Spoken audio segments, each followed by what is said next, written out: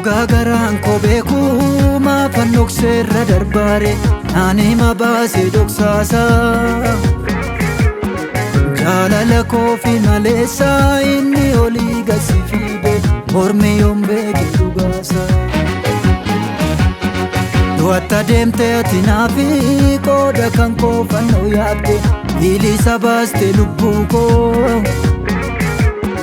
Sodaa malee hin jiraadha dirree ati namoosifte irratti taasan ammoo udinni koo. Sichin garboomu deebi'e ba'aa cubbuu lamuun baadhu erga duutee du'aa kaate sichan buddeen gaddaan nyaadhu waan lafarraaf hin jiraadhu isa naa du'e sinniise kee kamiinuu narraan ba'u. Siifan faaruu dhangalaase siifan fidee dibbii faaruu kooti yeedaleesse jechootaan kukuune.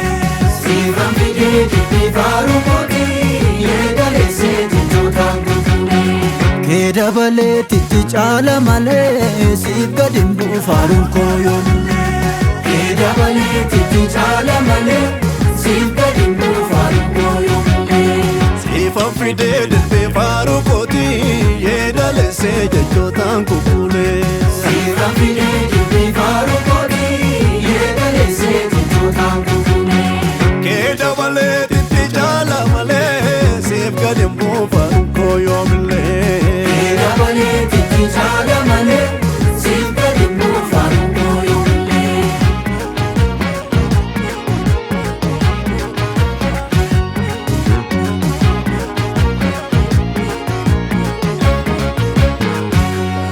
Siin qabadhee tanaan oole malee salphaan turree wanti naaf yaadame.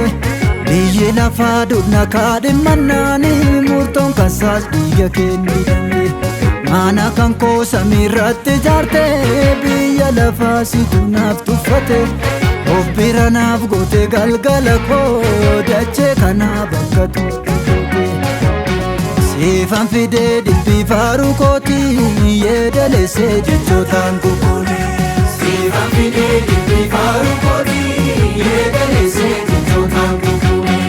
Kee dabalee titti caala malee siif gadi hin bu'u faaruun koo yoomillee. Kee dabalee titti caala malee siif gadi hin bu'u faaruun koo yoomillee. Siifan fidee dibbii faaruu kooti yeedaleesse jechootaan kukuune. Siifan fidee dibbii faaruu kooti yeedaleesse jechootaan kukuune. Kee dabalee itti caala malee siif gadi hin bu'u faaruun koo yoomillee. Kee dabalee itti caala malee siif gadi hin bu'u faaruun koo yoomillee.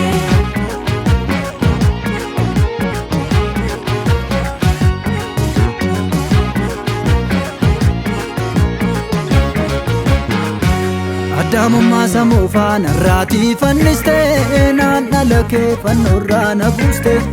Kooda kan koo dabartee waalamtee ulfina kees yoo manaaf qusatte. Dadhabbii keen boqodhee jiraadha hojii kan koo kaman lakkaawwadha. Haatiin adeesse akka keenaan taane siif of kenneen maqaa kee faarfadha. Siifan fidee dibbii faaruu kooti yeedaleesse jechootaan kukuune. Siifan fidee dibbii faaruu kooti yeedaleesse jechootaan kukuune. Kee dabalee itti caala malee siif gadi hin bu'u faaruun koo yoomillee. Kee dabalee itti caala malee siif gadi hin bu'u faaruun koo yoomillee. Siifan fidee dibbii faaruu kooti yeedaleesse jechootaan kukuune. Siifan fidee dibbii faaruu kooti yeedaleesse jechootaan kukuune. Kee dabalee itti caala malee siif gadi hin bu'u faaruun koo yoomillee. Kee dabalee itti caala malee siif gadi hin bu'u faaruun koo yoomillee.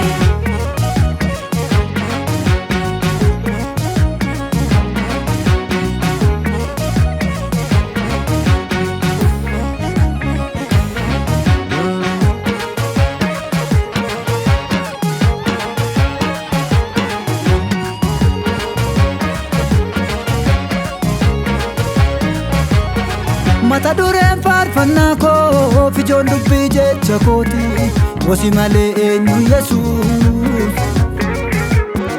ati naadunaan jiraadheeni siin qullaa koo tuffadheeni akkasii malee hirma faarsa uumama faarsaa namniyyuu akka waan baraan jiraatu isa du'ee booriin gallee keehimuudhi sunna cubbisa dhugaadha uumaan uumamaa si dhayyoomu eeyyeen faarsoni yoosi malee yoosi malee yoosi malee yoosi malee yoosi malee yoosi malee yoosi malee yoosi malee eeyyeen faarsoni yoosi malee